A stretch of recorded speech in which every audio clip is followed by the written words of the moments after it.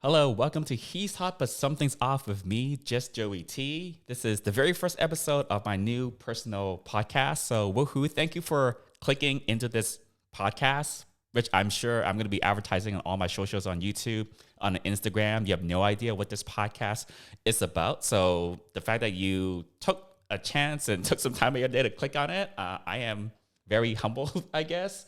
But I've been wanting to start my own podcast, my own personal podcast for a little while. And just to give you a little bit of a background, why start a podcast and, what is this podcast about? So some of you might know me from my YouTube channel, Just Joey T. And I've been doing YouTube. This is the 10th year. It's like the 10th anniversary of me doing YouTube. And let me go into the quick history of that. So back in 2012, I think October, November of 2012 is when I actually started, or 2013, yeah. Sorry, 10 years ago.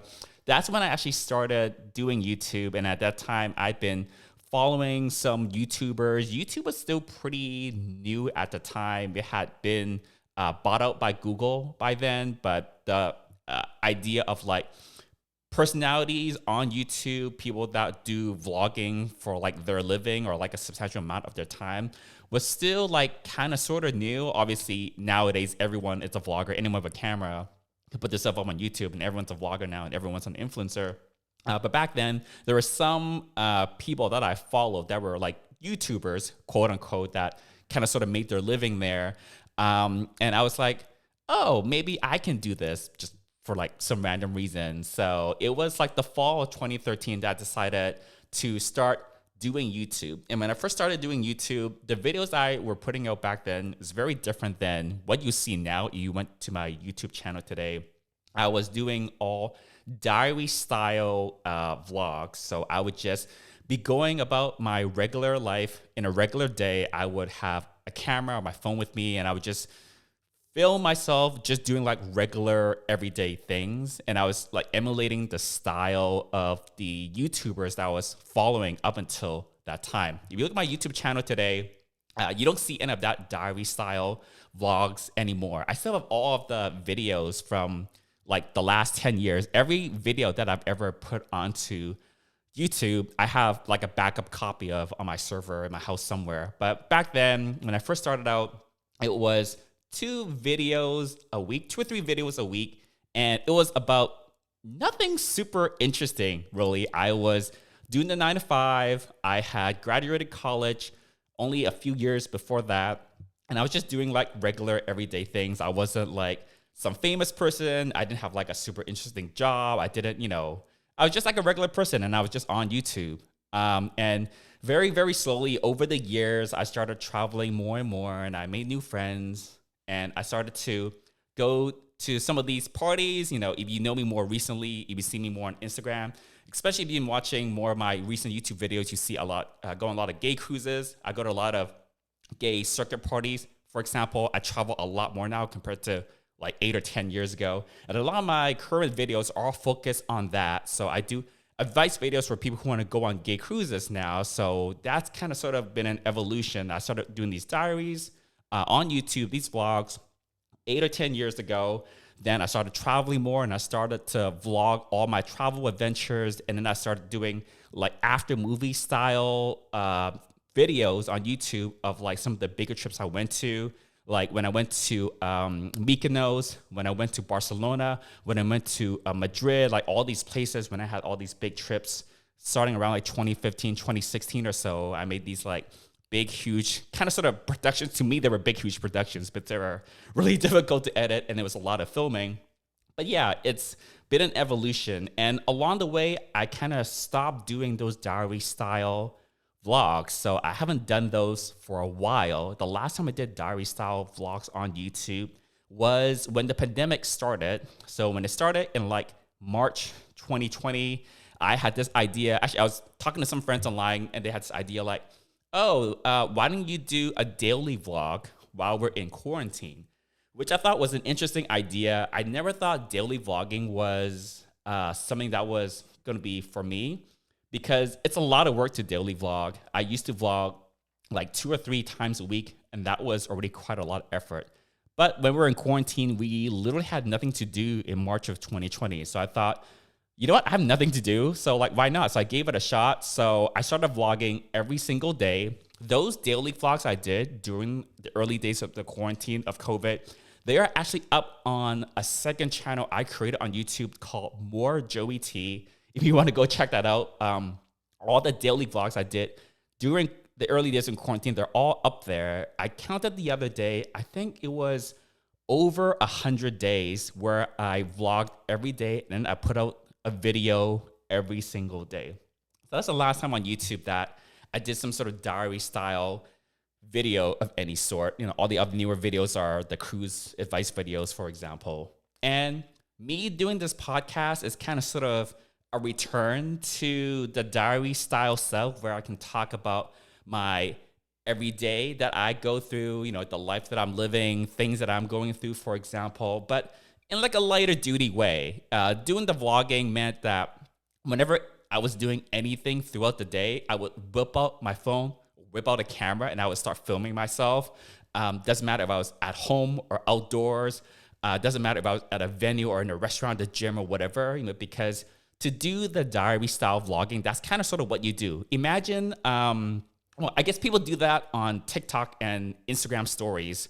That's kind of sort of what people do nowadays. But imagine instead of doing the Instagram stories where it's kind of like you take a 5, 10, 15-second video at that time and you upload it, you had to stitch all the clips you took throughout the day or the week or whatever together, and then you have to edit it and then you put it onto YouTube. So, you know, before we had Snap, before we had Instagram stories, before we had TikTok, you know, that's the way that people, influencers, were able to do vlogging, was putting it on YouTube.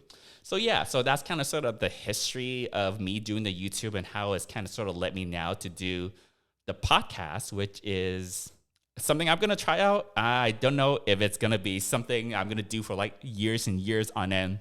Honestly, the fact that I've been on YouTube for 10 years and have kind of sort of been putting out videos somewhat consistently over the 10 years, it's a bit of a miracle. It's like when I first started doing YouTube, I had no idea I would get the amount of following that I have. And by the way, I'm not a famous person by any stretch of the imagination on YouTube. I have like a niche that somehow I stumbled onto that resonated with a small number of people. I've got a small number of followers on there, but it's enough that it kind of motivates me to keep on producing that particular niche of content, you know, which is about the gay cruises and the gay parties and kind of gay travel advice. But yeah, you know, and then the other thing about me, and you guys can get to know a lot about me as I do these episodes on the podcast and get a little personal on some of the stuff, is whenever I want to do something, like I have an idea, but I don't have a lot of follow through and I don't have a lot of initiative. So the YouTube thing was one of those things where, okay, I'm just going to go do it. Like I just get a camera, start filming, throw it together, see what comes out.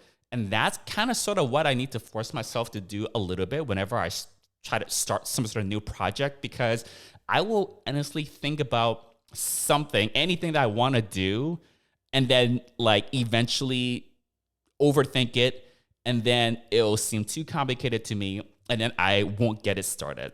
There's actually a couple of side projects right now where I'm doing that exact thing and I'm aware of it, and it's so hard to bring myself out of that. But with the podcast, all this equipment that you kind of sort of see in the video, so there's going to be a video version that's going to go onto YouTube, and I think also Spotify. I'm still figuring out all the podcasting platforms and how it's going to work, but I'm pretty sure the video version will be on Spotify. You will listen from there, and I'm going to also upload to YouTube, and then on all the other platforms, all the other podcasting apps where you get your podcast, get the audio only version of this.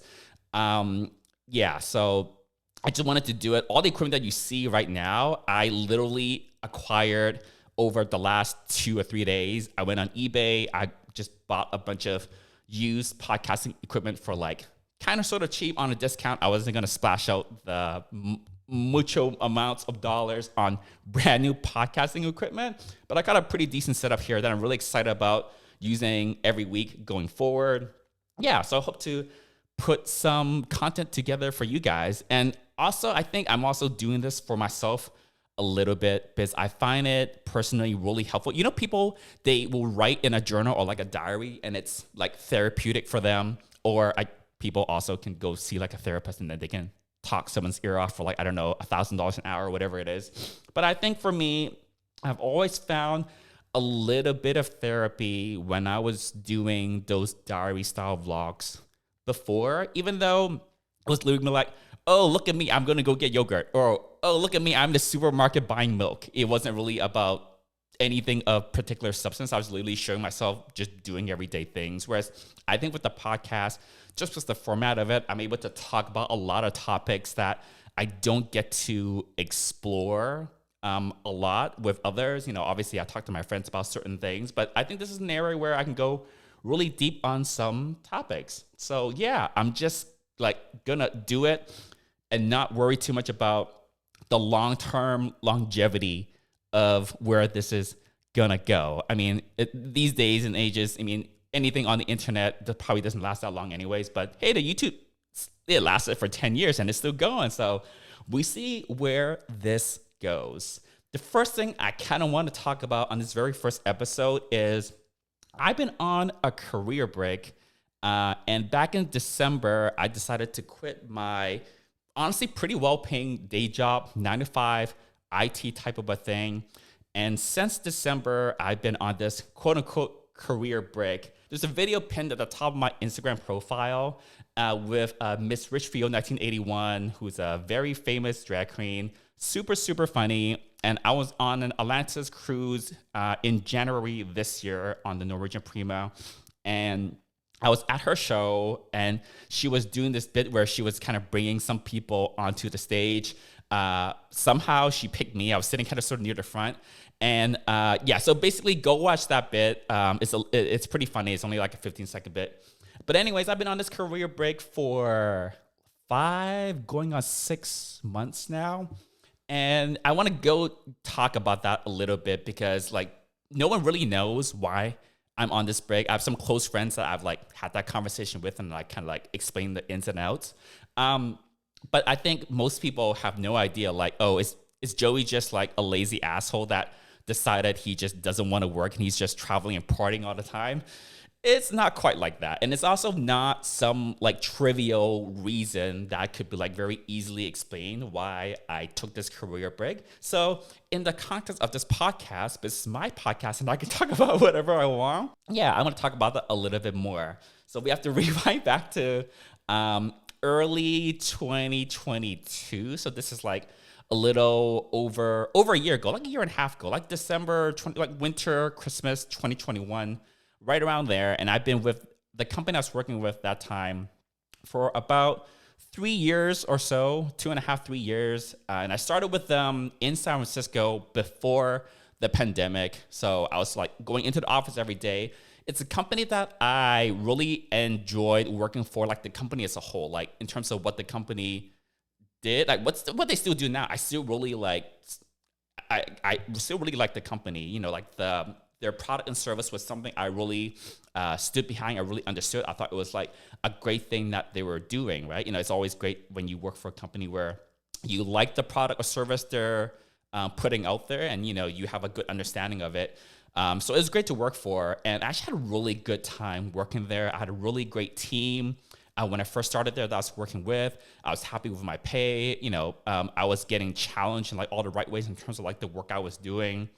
And then fast forward a little bit though into 2021, and the manager or the boss that I had at the time had some health issues, and you know she had to kind of take a little bit of time off, and I kind of sort of had to take over as like the lead of the team. I'm kind of sort of using air quotes like a little bit because it was never officially kind of discussed or talked about with my VP or like kind of anyone else.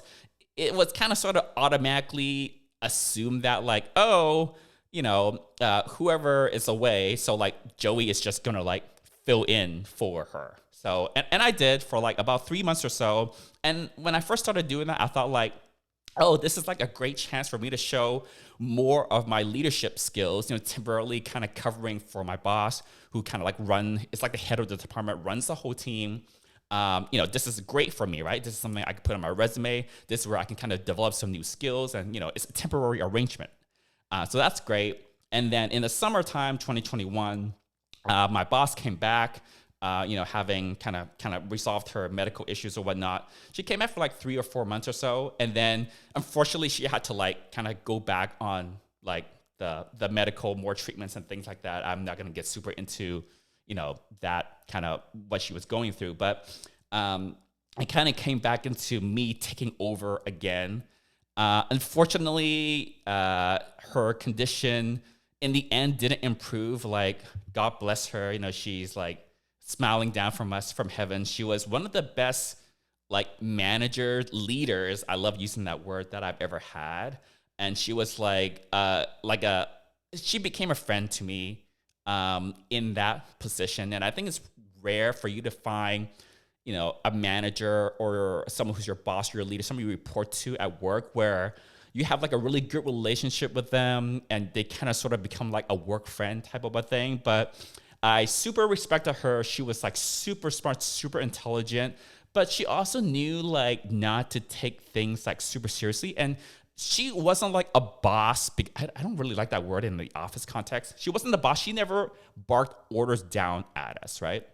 I like it when a leader in a company, in like the corporate environment, if you will, the way you show leadership is showing respect for the people on your team, and you're not there to boss people around. Yes, sometimes occasionally you might need someone on the team to do something, but that's like, delegating a task. That's not like barking an order down. There's a big difference there. And maybe in the future podcast, I'll talk about that. But anyways, my manager, basically this is like the fall of 2021, she had to go back, leave work again for more treatment.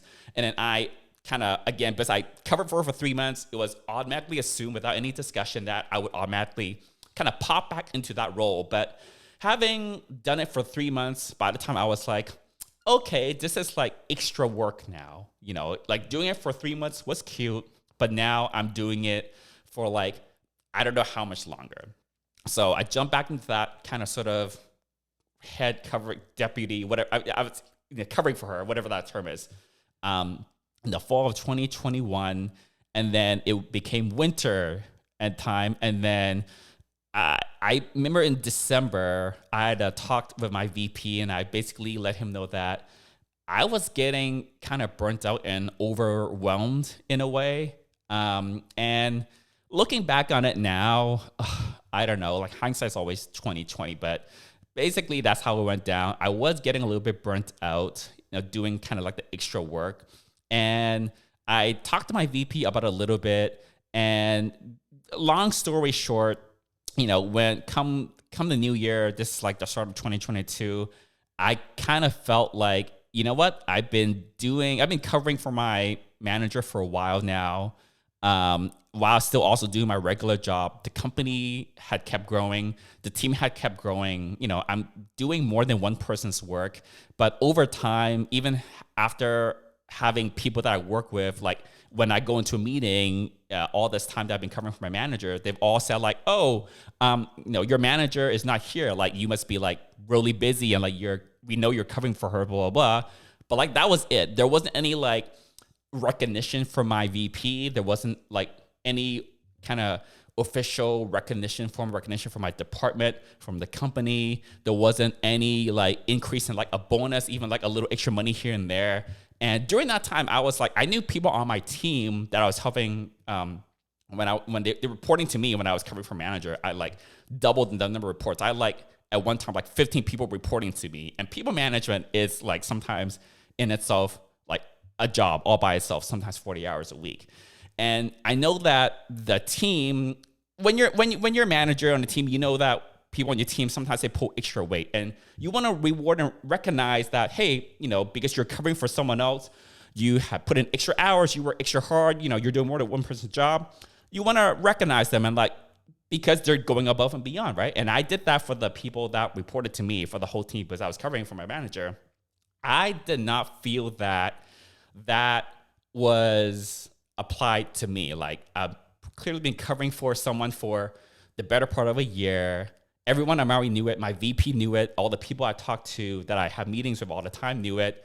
But, like came the new year, came like the salary adjustment period, came the bonus period. It was like not reflected. And not even like my VP saying like, hey, you know what, Joey, you've been covering for your manager for X number of months now. I just want to like take some time to say, you know what, I really appreciate that you're doing like the extra, not even that.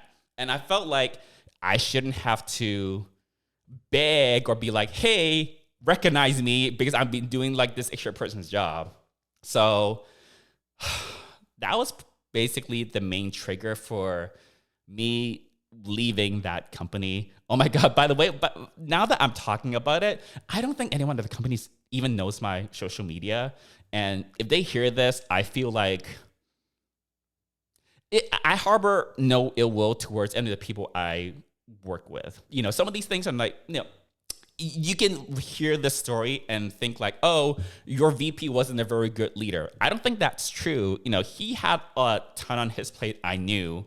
But you know what? At the end of the day, if you are not happy with your job and you do have the option to go find a different job. I mean, if you're not happy with your job, like, you try to work with your company to see how you can make your situation better. If that's possible, right? Maybe that's not possible all the time, but I, at the time, felt like, you know what? I'm not getting extra bonus. I'm not really getting any recognition for all this extra work I'm doing, and then with the situation with my manager being on leave, not looking super great, which is not her fault, obviously, I just felt like, you know what? I'm kind of sort of getting the short end of the deal. I'm doing all this extra work for the better part of a year, no extra money, no extra recognition, no extra thank yous. Why should I keep doing it? So that's kind of like the mindset that I was in. And doing all the extra work made me like kind of extra burnt out. So now we're in 2022 in like the spring, and I started looking for a new job. And in the summertime, like almost exactly in June or July or something, I actually had like 3 different offers from like 3 other companies that luckily landed in my inbox right around the same time within like a couple of weeks. And that's when I took a new job offer and then I ditched my old job. And here's the thing though, I was in the new job. So this is summer 2022 of last year. And I told you I quit in December. So only lasted in the new job for 6 months. Then that's going to be pretty obvious that didn't work out. Not to like talk shit about that company, because it was not a bad company. It's just, I don't think I quit my previous job to take this new job for the right reasons. And when I took on the new job, I found it out really quickly, because if the issues I had was just with how my previous work was treating me or that previous work environment, if you were to switch to a new company and switch to a new job, I thought, well, that would obviously change, right? I'm getting rid of the root cause, but the root cause wasn't just because of the previous company. And when I started the new company, which, I to be honest, spill the tea, like this like hot, fresh, scalding tea. Like I did not love the manager at that job. Oh my God, I hope he doesn't listen to this, but I don't think we got along very well. And yeah, I switched jobs for maybe not all the right reasons. But anyways, I only lasted there for 6 months. It's never my intention to like just take on a job, like start a whole new job and have them invest in me. And it's also an investment on my end and them as well, just to quit 6 months later. But in the last couple of months of me being there, it was like, Joey, this is really not where you should be. But the flip side of that coin is I have no idea what I needed. And it was this really weird headspace of like, I'm not motivated by this job, but like, I have no idea like how to fix it or like what was the root cause. I thought the root cause was because I was not getting what I needed from the previous job. So I could just switch companies and maybe get it from a new company in a new position. So I tried to do that. And I was no better off in terms of like my mental health. And I actually started seeing like a proper therapist in like April or May, kind of at the tail end of that previous job, just to like work some stuff out. I'm not seeing that therapist anymore, but yeah, basically now here or today, we're 6 months in. I'm 6 months into a career break, and I don't have all the answers, but I will say taking this break was something that I'm very thankful I had the luxury of, because I understand a lot of people can't just up and leave their job, their primary source of income, and be able to have enough savings, for example, to just kind of keep on going, or just have like fun employment. I am more relaxed, if you will, but I am very cognizant that not everyone is able to do this. So I'm thankful that I did have enough. Well, I have some money, excuse me, to be able to kind of take this little bit of a break and kind of really work through in my head, like, what am I missing? And, like, what is the next step in my career? So in a way, it's almost a little bit of like that midlife crisis. I'm not midlife yet. I'm approaching there pretty quickly, but I don't think I'm quite there. But at least in terms of like climbing the ladder. And this is the analogy I like to use for myself as to like why I'm taking this career break. It kind of felt like up until this point in my life, I was on autopilot. It's like when you're a kid, you go to school because all kids go to school. You just do it. Kindergarten, first grade, second grade, up to like the 12th grade. And then when you graduate high school, like you go to college if you're able to, because, hey, that's what society and everyone, your parents, all your peers are going to college, all applying to college when you're in senior year of high school.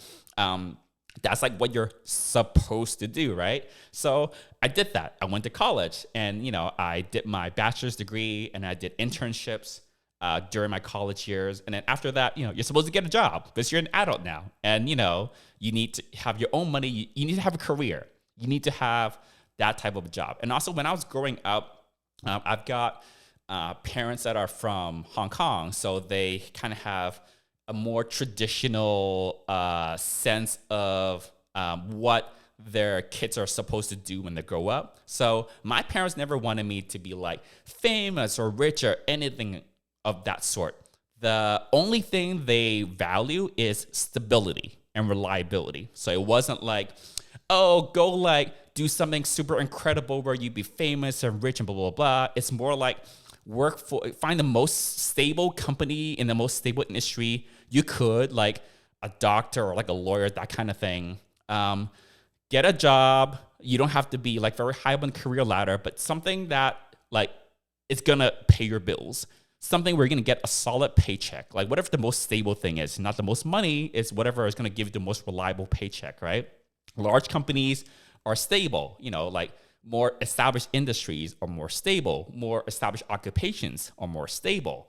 Have a regular paycheck. Don't shake or rock the boat. Don't go quitting your job for something better. Just like have a solid paycheck, ride that till retirement.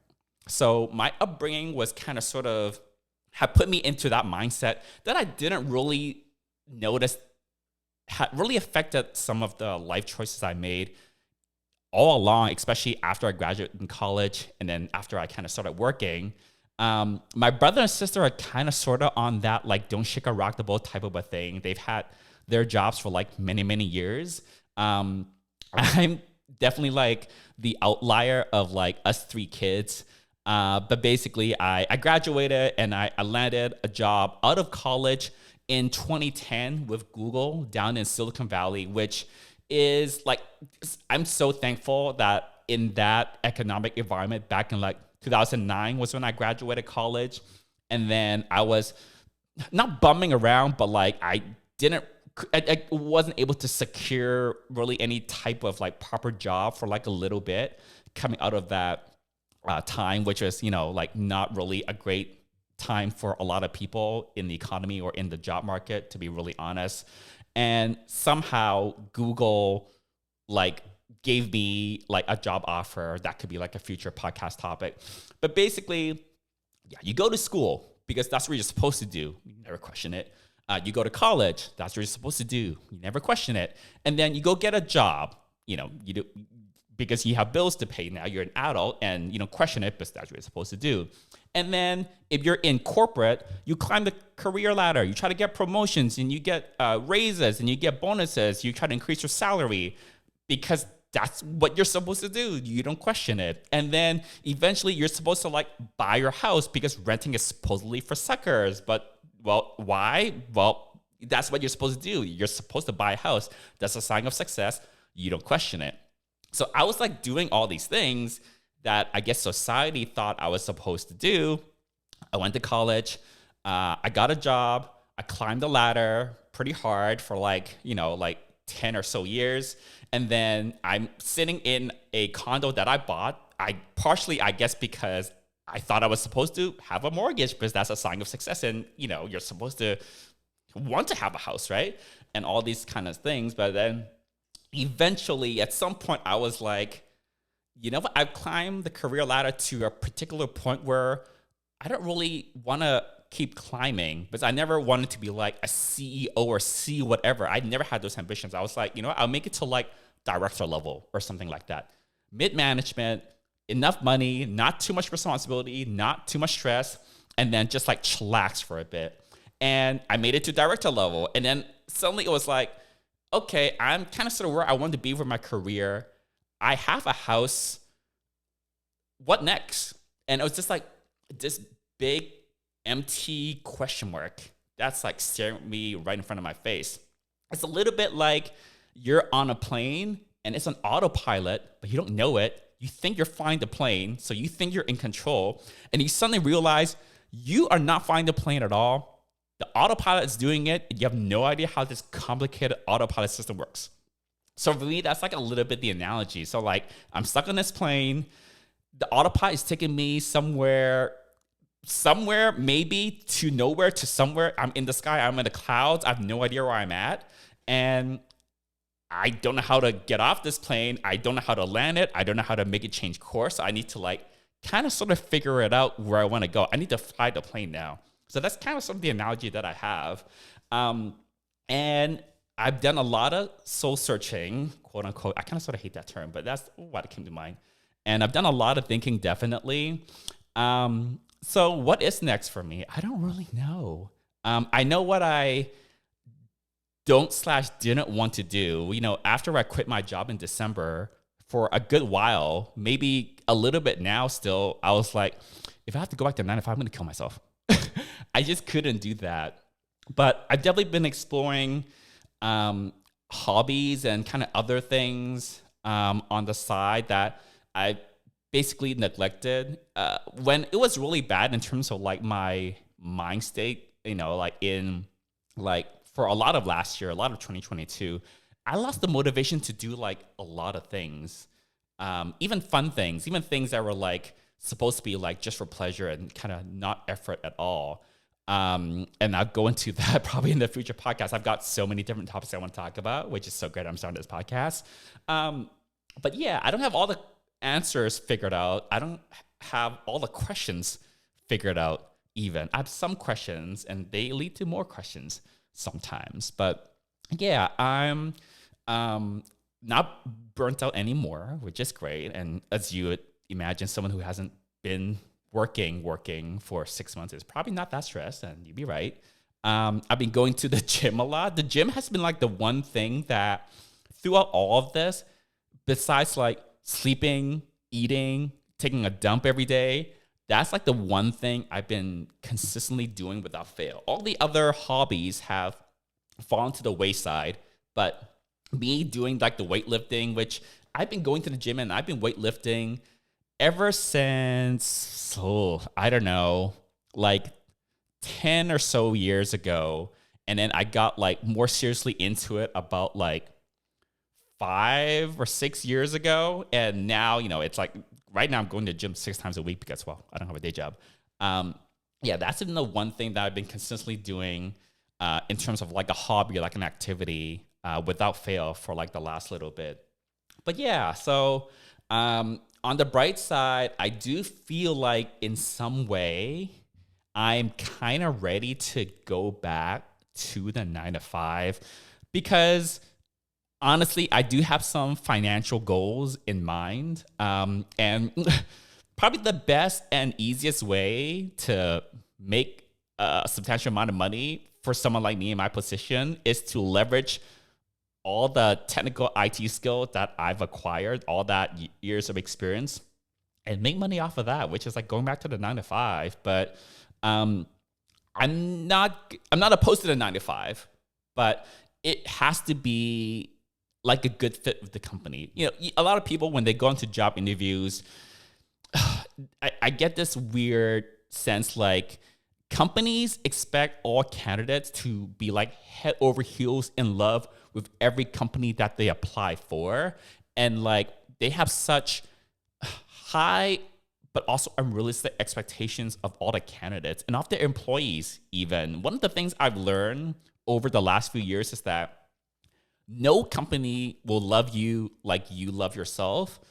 Companies are not there to love you. Companies, for-profit companies, are literally only there to make you a profit. You know, Google would not be giving all its employees breakfast, lunch, and dinner for free if it wasn't for some good business reason.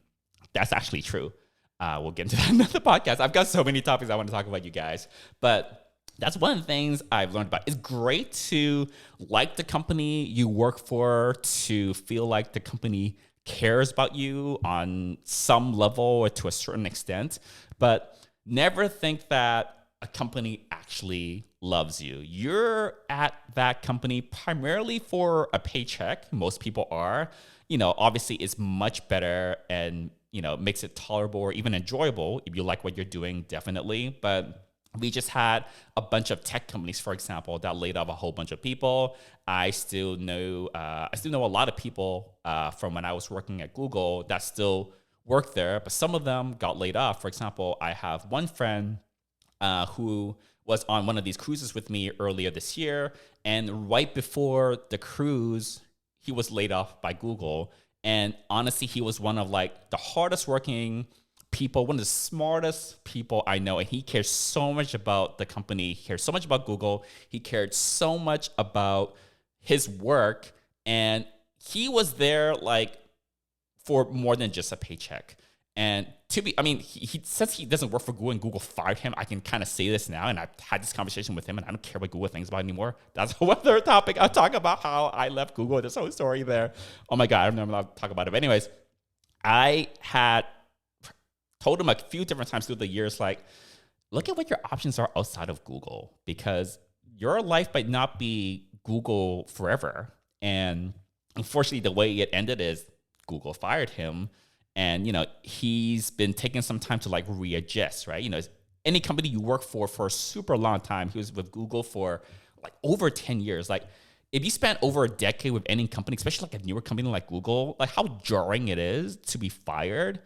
It's like so traumatizing. So it was like 1 or 2 weeks before one of these Atlantis cruises early this year when Google did a big wave of layoffs, and he got laid off. And like I personally couldn't believe that they laid him off. But anyways, I was talking to him on the ship a little bit about it. But yeah, no company is ever gonna love you. A company is only employing you for them to make more money. You get a paycheck. You get to cut up the profits. But, you know, at the end of the day, a for-profit company is like looking out themselves. Doesn't mean that they're heartless, but like, hey, you know, business is business. So it's not that companies are evil, but I think it helps to keep things in perspective, right? Don't think that a company is giving you all these benefits purely out of the goodness of their hearts. There's definitely a business angle to pretty much everything that a for-profit business does, which is like a whole other topic. And it was my aim to keep these podcast episodes to roughly kind of like 20 to 30 minutes. And I'm looking at here now, I'm talking for 40 minutes now. Just the very first episode of the podcast. So I just want to, if you made it this far, like honestly, like give yourself a pat on the back and like congratulate yourselves, because you just sat through 40 minutes of me. I honestly feel like I am rambling. And yeah, I mean, I've got a lot of things I want to say, and I hope that all of you please subscribe to the podcast. As I'm recording this, this is not uploaded, so I don't even know fully how the subscription for podcasts and all that kind of stuff work. But subscribe to me everywhere that you get your podcast. I do hope to have some guests on the podcast every so often. For example, he doesn't know it yet, but for the second or maybe the third episode of this podcast, I'm going to have my friend David be a guest on this podcast. He's at EDC Las Vegas right now having the absolute time of his life. And I want to get his take on EDC, and I want to talk on a few topics with him as well. So he doesn't know it yet. He's just partying in EDC right now. But he's going to be visiting me and crashing with me for a little bit when he comes back from Vegas in a few days, and I'm going to have him on the podcast. And there's also some other friends that I want to get onto the podcast as well. I actually have a friend. His name is Steve, and he and his friend, they have a podcast called Adam and Steve, not Adam and Eve. If you search for that, you see their podcast come up. And I was actually on one of their episodes of that podcast. I don't know if they've actually put out any more recent episodes for whatever reason. But yeah, there is an episode of their podcast I was a guest of, and they talked about a lot of the Atlantis cruises as well. But yeah, please like and subscribe. Do you like podcasts, or you just subscribe to them, right? The like and subscribe thing is what YouTubers say. It's like, please like and subscribe, blah, blah, blah, blah, blah. I don't know, like it if you want to subscribe, if you want to. One of my friends was asking me, just group chat that I'm in, and I was telling them, I'm going to start a podcast. And one of them asked, how are we going to monetize it? And this is not for money. Even the YouTube stuff is like not for money. I don't have sponsors. I'm not some famous person. I don't get like a big fat paycheck from YouTube every 2 weeks or whatever. The YouTube channel is technically monetized, but I'll get $100 like every couple of months. That's like pretty much it. It doesn't even cover like the cost of like the camera equipment that I use to shoot some of those videos. So for me, this is just something I'm doing for myself. This is like, one of my new hobbies, I guess. One of the most fun things is just buying and shopping for all this equipment because I'm a techie. But yeah, I wanted to do this for fun, for myself. So this episode of the podcast is sponsored by me. I'm doing it. I bought all this equipment with my own money. There's no like company sponsor. But hey, if there's a company out there that would like to sponsor me, I'm not against it. But I'm doing this for fun. I'm doing this for myself.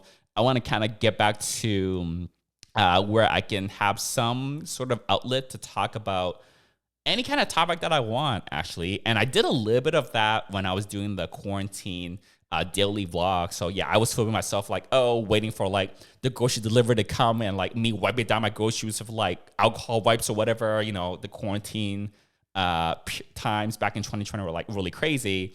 But in those daily vlogs, I did talk about kind of some topics here and there, like not related to COVID, because we just had so much time to spare, and I was putting out a video every single day that I actually had time to like talk about various different topics. And I think this is kind of like an extension, and I think this could be helpful for me, and then maybe along the way you guys will find this entertaining. So I also want to work on maybe like an intro and outro as well. I've never podcasted before. You can probably tell by now I'm very good at just rambling and talking a lot on and on and on. But yeah, if any of y'all have any ideas for topics you want me to talk about, by the way, I told you guys I was going to gym 6 days a week. I've got a lot of gym related topics I want to talk about, especially about gym etiquette and like all the stuff that goes on at the Crunch Gym in West Hollywood, which is the gym that I go to. Yeah, do y'all have any feedback for me? Definitely leave a line on my Instagram, or I don't know, can you comment on podcasts on like Apple Podcasts or on Spotify? Can you leave comments? I'm not 100% sure. I'm going to figure this out. I hope you all join this journey with me. Please like and subscribe, and then I hope to put out a new episode every single week. But until next time, bye.